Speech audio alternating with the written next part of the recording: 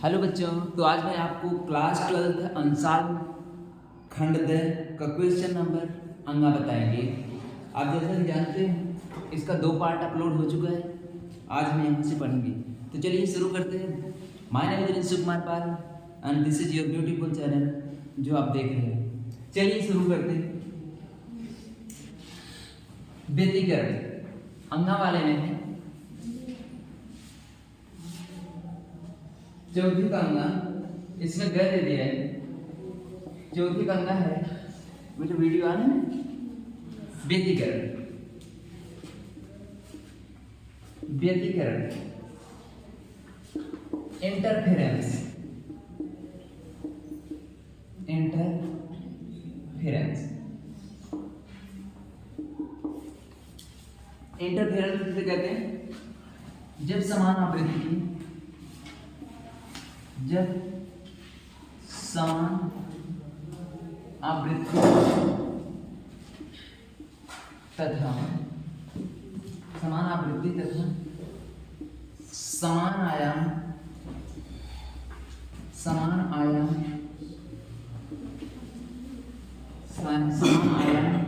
की दो तरंगे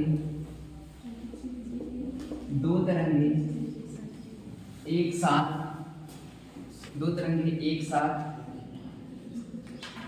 एक ही दिशा में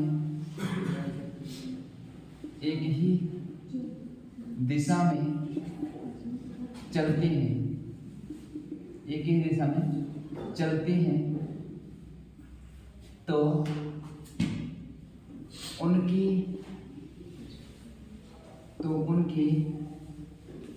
अध्यारोपण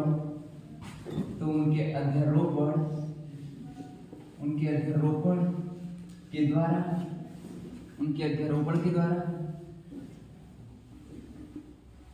कहीं पर तीव्रता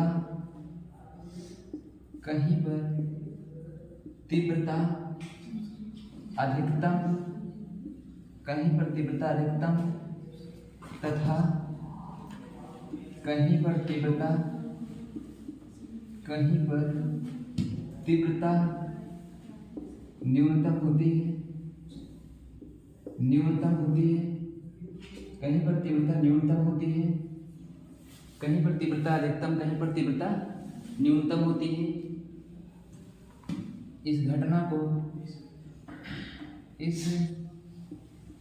को व्यतिकरण कहते हैं।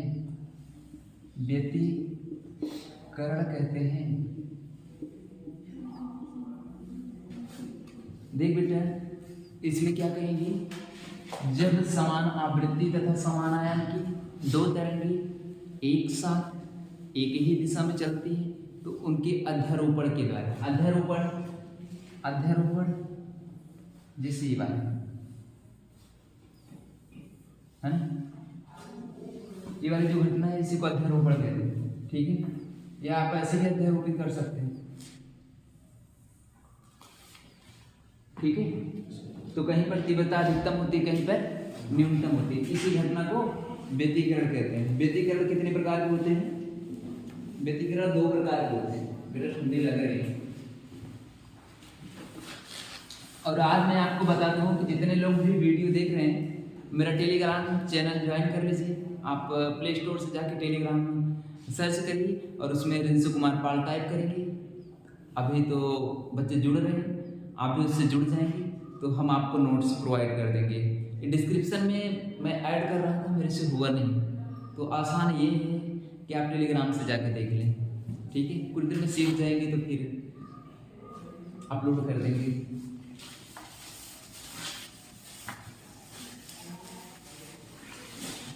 व्यतिकरण। अब इसके बाद आता है नीचे व्यतिकरण के प्रकार। बेटा नीचे पूरा दिख रहा है ना? दिख रहा है? यहां से व्यतिकरण के प्रकार बेटा तेजी से लिखेंगे। व्यतिकरण कितने प्रकार के होता है? 2 प्रकार की। एक होता है संपोषी व्यतिकरण और एक होता है विनाशी व्यतिकरण।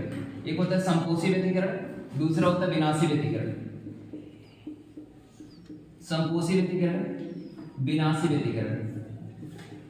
ठीक है, इसकी इंग्लिश होती है कंस्ट्रक्टिव इंटरफेरेंस, कंस्ट्रक्टिव इंटरफेरेंस,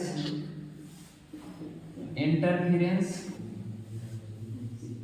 इसकी इंग्लिश होती है डिस्ट्रक्टिव इंटरफेरेंस, डिस्ट्रक्टिव,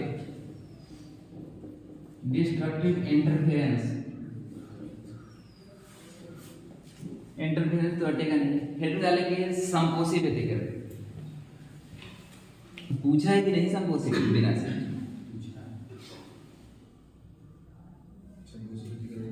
व्यतिकरण को परिभाषित कीजिए, संपोषी व्यतिकरण की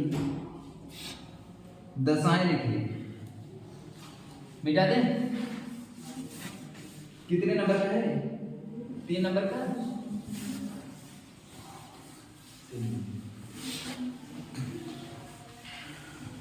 बेटा पूरा बोर्ड पे टोपी दिख रही है, दिख रहा है बोर्ड पे टोपी दिख रही है।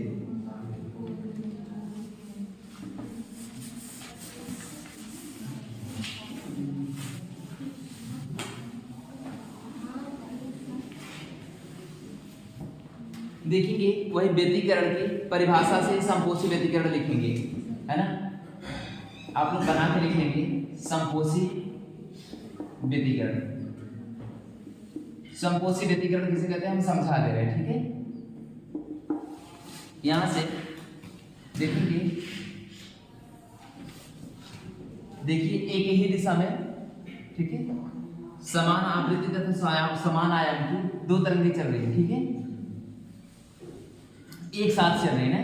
समान आवृत्ति तथा समान आयाम की 2 तरंगें एक साथ एक ही दिशा में चल रहे हैं। यहां से देखिए आगे की तरफ ऐसे गई, ठीक है, और दूसरा हमारा कैसे गया,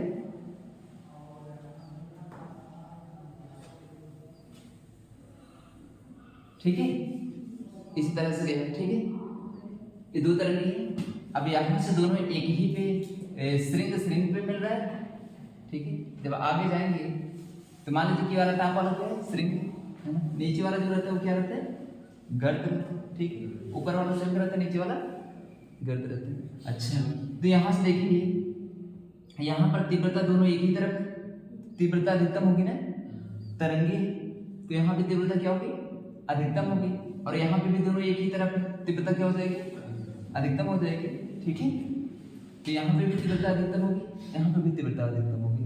तो कहेंगे कैसे, जब दो तरंगे, है ना, एक साथ समान आयाम तथा समान आवृत्ति की एक ही दिशा में चलती हैं, तो उनके अध्यारोपण के द्वारा कहीं पर तीव्रता अधिकतम होती है। जहां पर तीव्रता अधिकतम होती है उसे हम समपोषी व्यतिकरण कहते हैं, ठीक है, उसे हम समपोषी व्यतिकरण कहते हैं, ठीक है। यहाँ पे कौन सा व्यतिकरण हो रहा है, समपोषी व्यतिकरण हो रहा है, समपोषी। अच्छा एक बार कौन सा स है, समपोषी मूर्धन्य है, ठीक है, समपोषी व्यतिकरण कहते हैं, ठीक है। तो यहाँ पे भी कौन सा व्यतिकरण होगा, समपोषी व्यतिकरण होगा, ठीक है, समपोषी व्यतिकरण, ठीक है। हेडिंग गलत है, अच्छा, समपोषी, वाह, ठीक है, समपोषी व्यतिकरण। इधर तक सही है ना, ये आप लोग जानते थे। अच्छा, अब देख बेटा, ये दो तरंगे, इनका परिणामी जो आएगा वो कहाँ, मान लीजिए परिणामी हमने डाटे और ऊपर जाएगा ना, दोनों को जोड़ेंगे तो और ऊपर जाएगा, है ना। तो यहां से देखिए, ये पहली तरंग थी, ये दूसरी तरंग थी, ये दोनों का, इसको क्या लिख देंगे, परिणामी तरंग की तीव्रता, सही। ये पहली तरंग है, दूसरी तरंग है, परिणामी तरंग की तीव्रता, सही है। यहां से इसके बाद आपका आता है विनाशी व्यतिकरण, ठीक है। विनाशी व्यतिकरण में क्या लिखेंगे, दूसरा है। अच्छा, इसकी भी हिंदी देख लेते कैसे लिखा है, विनाशी कैपिटल से विनाशी व्यतिकरण, हाँ विनाशी व्यतिकरण, विनाशी व्यतिकरण कहते हैं जब समान आयाम तथा समान आवृत्ति की, जब समान आयाम तथा समान आवृत्ति की दो तरंगे एक साथ एक ही दिशा में चलती हैं तो कहीं पर तीव्रता न्यूनतम होती है। जहां पर तीव्रता न्यूनतम होती है उसे हम क्या कहते हैं, विनाशी व्यतिकरण। देखिए बेटा दोनों तरंगे किधर बढ़ रहे हैं, आगे की तरफ, ठीक है, दोनों तरंगे किधर बढ़ रहे हैं, आगे की तरफ, तो दिशा एक ही होगी। यहां से देखिए ये सही है तरंग, है ना, एक साथ एक ही दिशा में चल रहे हैं, और मतलब ये पहली तरंग है ना, ये प्रथम तरंग है ना, ये प्रथम तरंग है, ये कौन सी तरंग है, द्वितीय तरंग है। तो इसका परिणामी कहाँ आएगा कोई बताएगा, हाँ ये वाला होगा ना, परिणामी तरंग हमारा ये वाला होगा, है ना, ये हमारा परिणामी तरंग की तीव्रता, ठीक है। ये हमारा इतना तो ये ऊपर जा रहा था, ये नीचे जा रहा था, दोनों घिस के इस बीच में कर दिया, करे ना तेरा वाला ना मेरा वाला, ये बीच में, ये कौन सा व्यतिकरण हो जाएगा, विनाशी व्यतिकरण। फिगर आप जरूर बनाएंगे, ठीक है, सही है बेटा, फिगर जरूर से बनाएंगे, फिगर के बिना काम नहीं चल पाएगा, ठीक है। समपोषी व्यतिकरण की क्या कंडीशन है सर, आप इसको भी लिख देंगे, समपोषी व्यतिकरण की शर्त, समपोषी व्यतिकरण की शर्त क्या है, समपोषी व्यतिकरण की क्या शर्त है, किसी को पता है, समपोषी व्यतिकरण कब बनता है, जब फाई कितना हो, जब फाई का मान कितना होगा,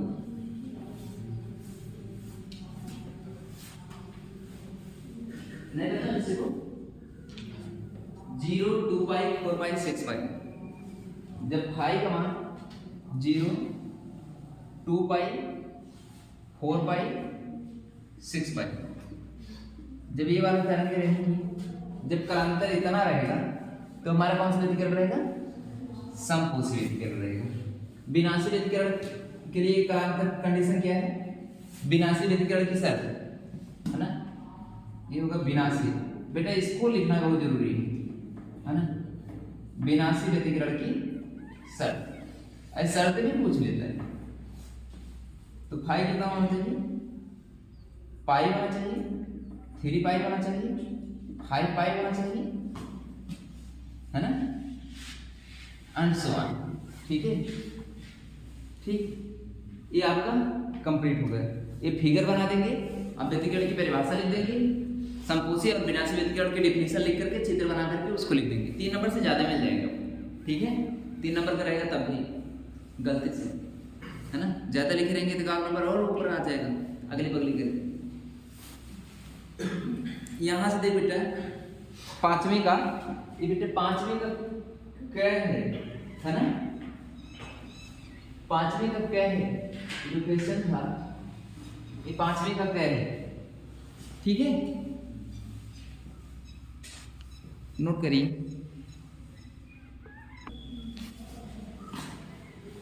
देख बेटे यहां से पांचवी का ख है, पांचवी का ख, जो पांचवी का ख है इसमें कह रहे हैं प्रति न्यूक्लियन बंधन ऊर्जा ज्ञात कीजिए। तो कह रहे फिर कह रहे इलेक्ट्रॉन का द्रव्यमान इतना है, प्रोटॉन का द्रव्यमान इतना है, न्यूट्रॉन का द्रव्यमान, सब कुछ दिए हुए हैं। आपको सबसे पहले निकालना पड़ेगा नाभिक का द्रव्यमान, है ना, किसका द्रव्यमान, नाभिक का द्रव्यमान। ऑक्सीजन का परमाणु क्रमांक 8 के नाभिक का द्रव्यमान, नाभिक का द्रव्यमान,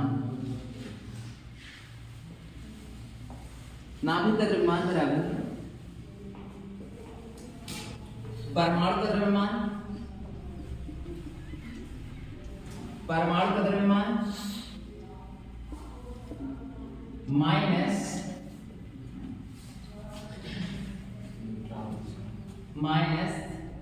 इलेक्ट्रॉन का द्रव्यमान। 8 क्यों लगाया? क्योंकि 8 इलेक्ट्रॉन है ना, इलेक्ट्रॉन का द्रव्यमान। ठीक है, अब यहां से देखेंगे आपने बुक में दिया है, बुक में अनुसार में दिया है जो परमाणु का द्रव्यमान है, ऐसा कोई वीडियो भी नहीं दिख रहा है जिसमें छींक ना आए। ये 16.0000 माइनस 8 गुणे इलेक्ट्रॉन का द्रव्यमान है 0.00055। बेटा आप लोग लगाए तो यहां से देख बेटा गुणा करेंगे 16.0000 माइनस इसको गुणा करें 8 पंचे 40, 8 पंचे 40 से अच्छा शाबाश, 8 पंचे 40, 4 44। ठीक है, कई अंक बाद 3 2 5 1 2 3 4 5 0.0। इसमें से इसको घटा दीजिए तो घटाएंगे कैसे? 16.000 दशमलव नीचे दशमलव गिनती चाहे जहां चली जाए। ठीक है, 0.04400। ठीक है, घटाएंगे यहाँ 0 हो जाएगा, यहाँ कितना आ जाएगा 6 आ जाएगा, यहाँ कितना आ जाएगा 5 आ जाएगा, यहाँ 9 हो जाएगा, यहाँ 9 हो जाएगा, 0.5 हो जाएगा 1। ये 9 है, हम खुद कंफ्यूज हो गए। 15.99560 ये किसका आया? 8 ऑक्सीजन 16 के नाभिक का द्रव्यमान, नाभिक का द्रव्यमान किसमें आएगा? सब एटॉमिक मास यूनिट में है तो ये भी किसमें आएगा? एटॉमिक मास यूनिट में, एएमई। नोट करिए तो, नोट कर बेटे।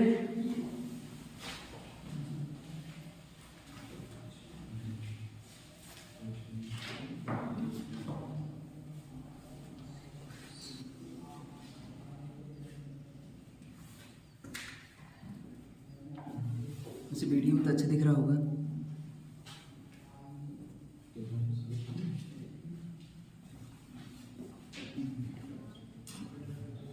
इसमें बंधन ऊर्जा पूछ रहे हैं।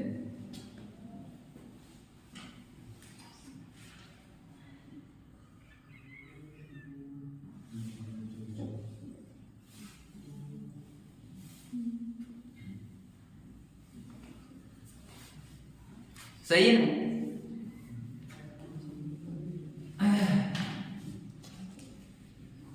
बेटा जब वीडियो बनता है ना, केवल अपने लड़के ना आए हैं कि चाहे जैसे बताए, अगर एक को गलत बना है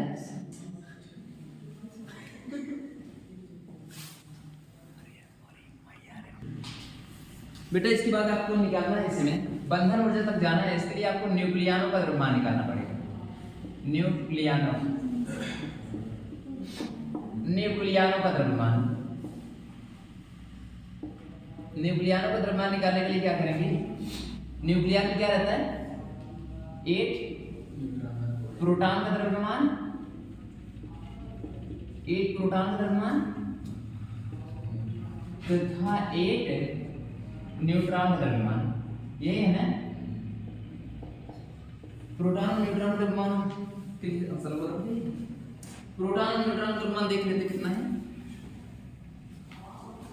8 गुणे प्रोटॉन का द्रव्यमान देखो बेटा, इसमें है,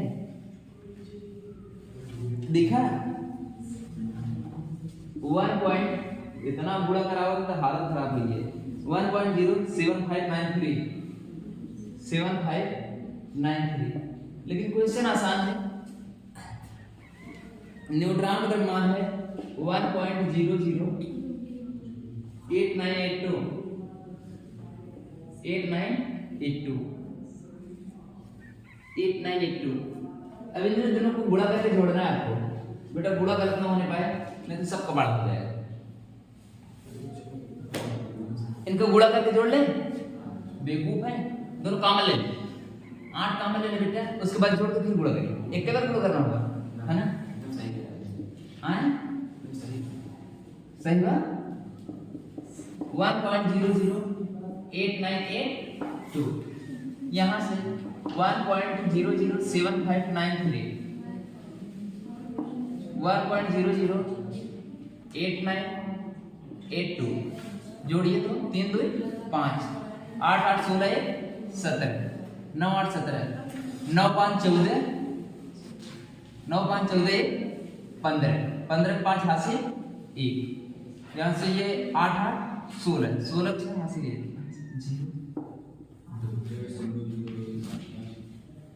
8 गुणे 2.016575। इसको दोनों को गुणा करिए, गुणा करिए भैया। अच्छा डायरेक्ट गुणा तो कर सकते हैं, आप लोग थोड़ा चेक करते रहना, कर दे रहे डायरेक्ट। 8 5 40 से 0 हासिल 4, 8 7 56 56 4 60 के 0 हासिल 6, 8 5 40 6 46 के 6 हासिल 4, 8 6 के 48 48 से 2 50 2 52 के 2 हासिल 5, 8 के नंबर 8 5 13 3 हासिल 1, 8 0 0 यहाँ से 1 हो जाएगा, 8 दूनी 16। किसका द्रव्यमान आ गया? न्यूक्लियानों का द्रव्यमान, न्यूक्लियानों का द्रव्यमान, न्यूक्लियानों का द्रव्यमान। इसकी पहले जो नाभिक का द्रव्यमान आया था कितना था? अच्छा तो डेल्टा एम यहां से निकाल लीजिए। डेल्टा एम बराबर क्या निकाल देंगे? ज्यादा कौन सा ये वाला? न्यूक्लियानों का द्रव्यमान, न्यूक्लियानों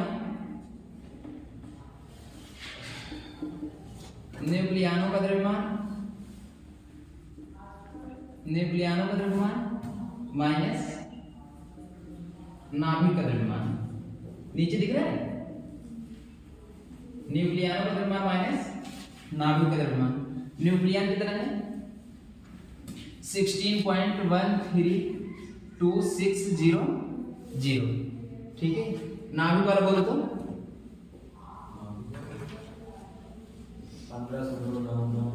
15.9956 15.99560010 सब स्टार्ट करिए। डेल्टा एम बराबर नीचे दिख रहा है इधर, अब नहीं दिख रहा है, यहां तक दिख रहा है तो यहां पे लिख लीजिए। डेल्टा एम बराबर,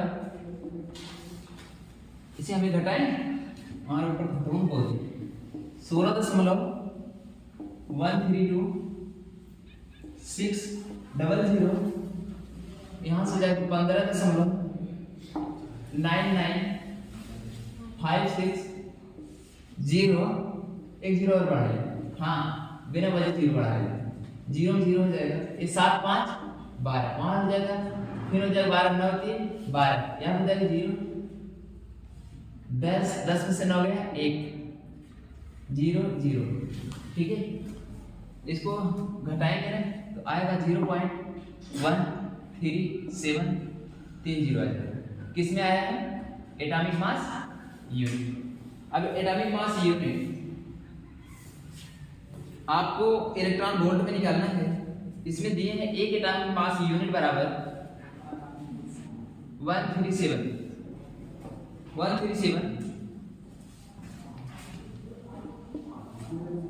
एक एटॉमिक मास यूनिट कितना हो जाएगा? इसी में कितना दिया बेटा? 931 मेगा इलेक्ट्रॉन वोल्ट। हाँ वही मिलियन, 10 की घात 6 से गुणा करें, चाहे मेगा करें चाहे मिलियन। ठीक है, गुणा करिए तो यही दोनों गुणा करिए, इसको हम भी करें बेटा, वीडियो पॉज करके करते हैं, ठीक है। यहां से अगर हम तुल्य बंधन ऊर्जा निकालेंगे, तुल्य बंधन ऊर्जा, तुल्य बंधन ऊर्जा निकालेंगे, तो तुल्य बंधन ऊर्जा जो है इसे हम क्या कर देंगे 0.137 में गुणा कर देंगे 931 दिया ना, 931 मिलियन इलेक्ट्रॉन वोल्ट, ठीक है। अब यहां से हमें प्रति न्यूक्लियन निकालना है ना, इसको मिटा दे थोड़ा सा। जब प्रति न्यूक्लियन निकालने के लिए क्या करेंगे, प्रति न्यूक्लियन